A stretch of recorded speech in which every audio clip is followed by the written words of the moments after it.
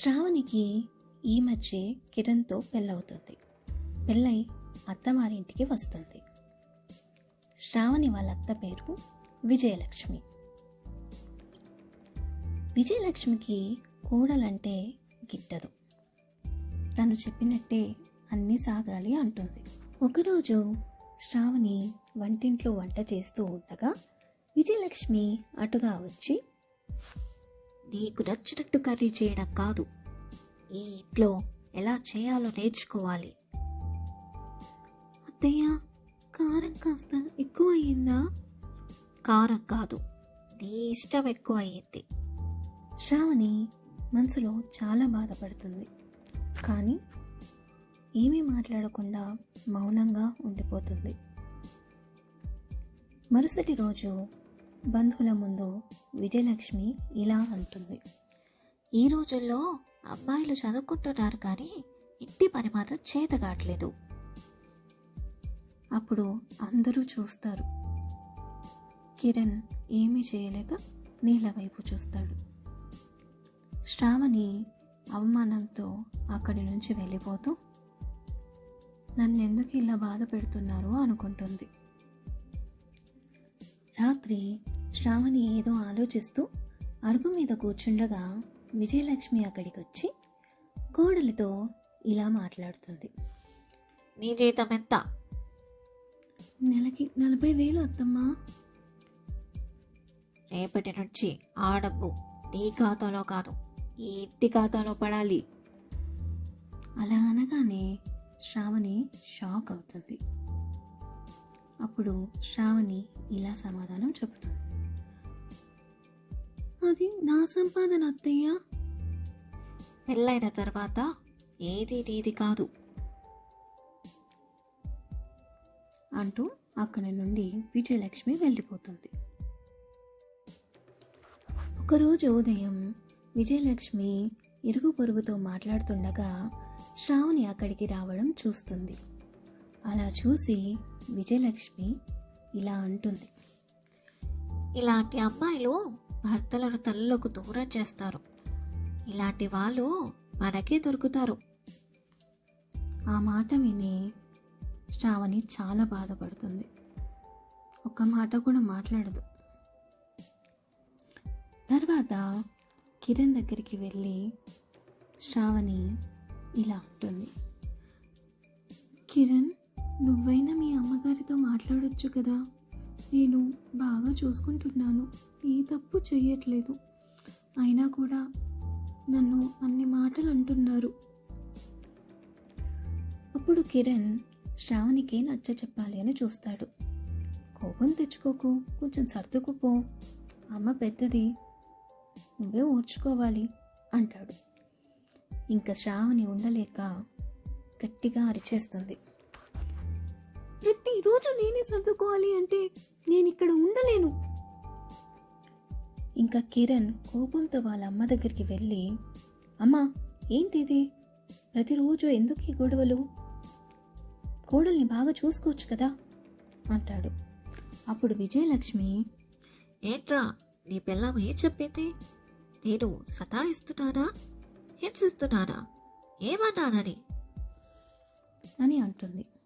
అలా అనేసరికి ఇంకా కిరణ్ ఏమీ మాట్లాడకుండా వెళ్ళిపోతాడు. కిరణ్ ఆఫీస్కి వెళ్ళాక శ్రావణి ఫోన్లో మాట్లాడుతూ ఉండగా విజయలక్ష్మి అటుగా వస్తూ వెనక నుంచి వింటుంది. తర్వాత కిరణ్ ఇంటికి వచ్చాక, ఈ అమ్మాయి నీకే కాదు, రోజు పుట్టింటికి కూడా కంప్లైంట్లు ఇస్తున్నట్టుంది నా మీద. అత్తయ్య, అది నిజం కాదు, నేనేమి చెప్పలేదు అత్తయ్య. అబద్ధాలు నేర్చుకొచ్చావు. ఏం చెప్తున్నావు మీ అమ్మకి, నేను వినలేదు అనుకున్నావా? కిరణ్ నిస్సహాయతతో తల పట్టుకుంటాడు. ఒకరోజు శ్రావణి ఆఫీస్ నుంచి వస్తుంది. అప్పుడు తలుపు పెట్టేసి ఉంటుంది. ఎంత కొట్టినా తలుపు తెరవరు. అప్పుడే లోపల నుంచి విజయలక్ష్మి గొంతు వినబడుతుంది. ఈ ఇల్లు నీది కాదు, నీ అడుగు ఇక్కడ పడదు, ఇక్కడ నుంచి వెళ్ళిపో. శ్రావణికి ఏం చేయాలో అర్థం కాక ఇలా అంటుంది. ఇది నా భర్త ఇల్లే కదా అత్తయ్య, నేను ఏం చేశాను? నన్ను లోపలికి రానివ్వండి. నీ భర్త కూడా నావాడే. కిరణ్ లోపలే ఉన్నాడు, కానీ ఏం చేయలేక, తల్లికి చెప్పలేక మౌనంగా ఉండిపోతాడు. శ్రావణి అక్కడే బయట నిలబడుతుంది. వర్షం పడుతుంది. అప్పుడు శ్రావణికి బాధ, కోపం అన్నీ కలిసి గట్టిగా ఉక్రోషంతో ఇలా అంటుంది. నేను తప్పు చేశానా? ఏం తప్పు చేశానో చెప్పండి. అప్పుడు విజయలక్ష్మి ఇంకా గట్టిగా, నీ తప్పే ఈ ఇంట్లోకి రావడం అని అరుస్తుంది. శ్రావణి ఒక నిర్ణయం తీసుకుంటుంది.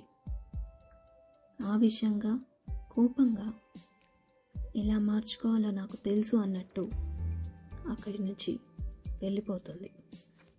మరుసటి రోజు ఉదయం కిరణ్ ఇంటి ముందు చూస్తాడు. శ్రావణి కనిపించదు. ఫోన్ చేస్తే శ్రావణి ఫోన్ స్విచ్ ఆఫ్ అని వస్తుంది.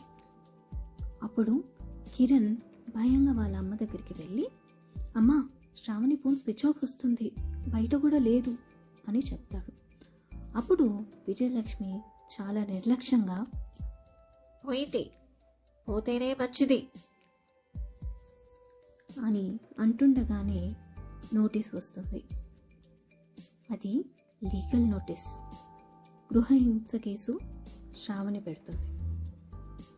కిరణ్ కోర్టు, సోషల్ ఫేమ్, ఉద్యోగం పోయే పరిస్థితి అని భయపడతాడు, ఆలోచిస్తూ ఉంటాడు.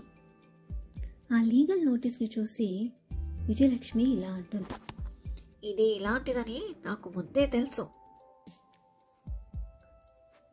అప్పుడు కిరణ్ మనసులో ఇలా అనుకుంటాడు. అమ్మకి ఎదురు చెప్పలేదు, అది దేయత అనుకున్నాను. కానీ నా భార్యకు చేస్తున్న అన్యాయమని నాకు ఎప్పుడు అర్థమవుతుంది. విజయలక్ష్మి అక్కడి నుండి వెళ్ళిపోతూ ఉండగా కిరణ్ ఇలా అంటాడు. నేను నా భార్యతోనే ఉంటాను, నా భార్య దగ్గరికి వెళ్తున్నాను అని చెప్పి అక్కడి నుండి వెళ్ళిపోతాడు. అది విని విజయలక్ష్మి కంగు తింటుంది. మరుసటి ఉదయం తను ఒంటరిగా కూర్చొని ఇలా అనుకుంటూ ఉంటుంది.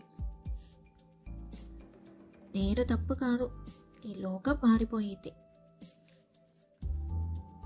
పక్కింటి వాళ్ళు రావట్లేదు, బంధువులు లేరు, కొడుకు లేడు. అయినా కానీ ఆమె మారదు. ఆమె ఒంటరిగానైనా ఉంటుంది, కానీ మారదు. కిరణ్ మరియు శ్రావణి కొత్తింట్లో ఉంటారు. వాళ్ళు కాఫీ తాగుతూ ఇలా మాట్లాడుకుంటూ ఉంటారు. నువ్వు ఆలస్యంగా తెలుసుకున్నావు కిరణ్. అప్పుడు భయపడ్డాను, ఇప్పుడు బాధ్యత తీసుకుంటున్నాను అని కిరణ్ అనేసి నవ్వేస్తాడు.